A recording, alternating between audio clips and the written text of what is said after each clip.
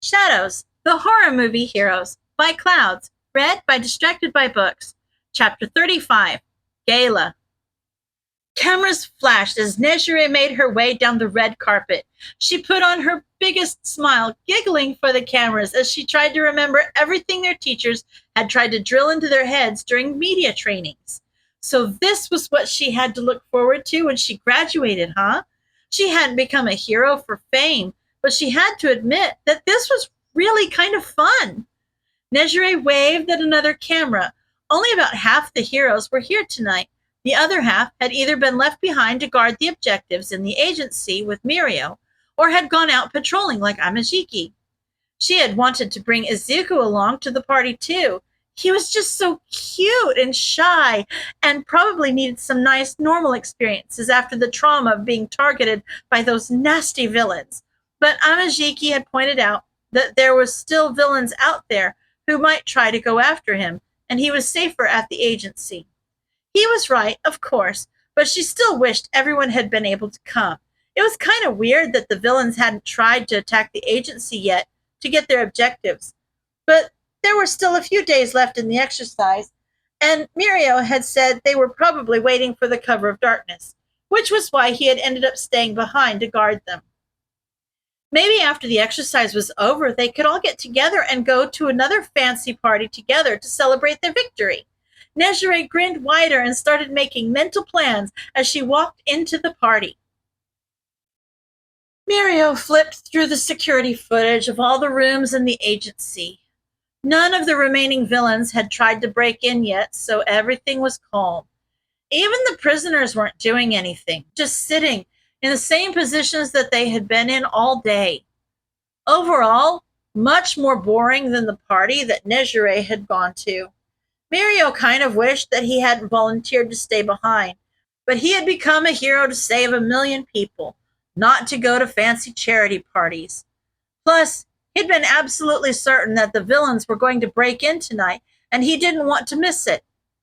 Maybe Amajiki would come back early and he could use it as an excuse to go to the party later. The door to the control room slammed open and Ogawa ran in, practically shoving him aside. Mirio raised an eyebrow. Well, hello to you too. Somebody messed with our cameras.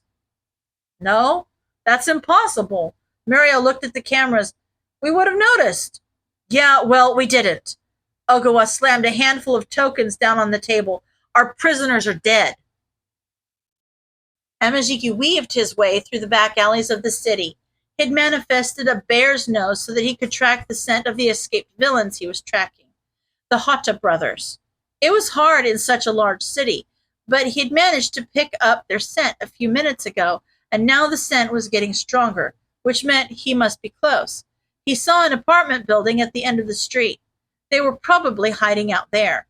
He was glad he had an excuse to get out of the party tonight. It would be loud, and there would be too many people who would be staring at them because of their role as heroes in the exercise. It would be perfect for the likes of Nejire and Mirio, but for him, it just sounded miserable. He'd much rather be out in the shadows where he could avoid all the attention. He manifested wings and flew up to the window where the scent was strongest. A quick peek inside confirmed that the villains were inside, and Amajiki broke the window. It was nice to have a fight to focus on. Hitoshi sat on a rooftop across from the gala and watched the last of the stragglers disappear inside the building. Only about half the remaining heroes had decided to come tonight, which was about how many he and Izuku had planned on. It didn't matter too much. This attack was more to deal a blow to the heroes' morale than anything else. They wanted to kill as many heroes as possible, sure, but the real goal would be the effect on the ones who remained. He texted Izuku an update and smiled when he immediately got a text back. Go time. One of the other heroes shushed Nejire as the party organizer stood up to make a speech. Everyone gave a polite round of applause as the woman in charge made her way to the center of the stage and grabbed the microphone. Hello, everyone, the woman smiled. I'd like to thank you all for coming, and a special thanks to everyone who helped pull off this last-minute gala. It has been a wonderful way to pass the time this week, and a deafening boom shook the room, and Nejire instinctively closed her eyes for a split second. Her ears were ringing so much that she almost didn't realize people were screaming. Her eyes flew open and she immediately went on alert. There was red paint splattered around the room, and as she scanned the room, she saw multiple people dropping their tokens, including the classmate sitting next to her. Nejire looked down and saw red paint staining her legs and abdomen. Nedzu's voice echoed in her ear. "You are severely injured from the bombs. Please proceed with the exercise accordingly." Mirio's calms crackled to life, and Nejire's voice echoed in his ear. "Attention all heroes. There was an explosion at the gala.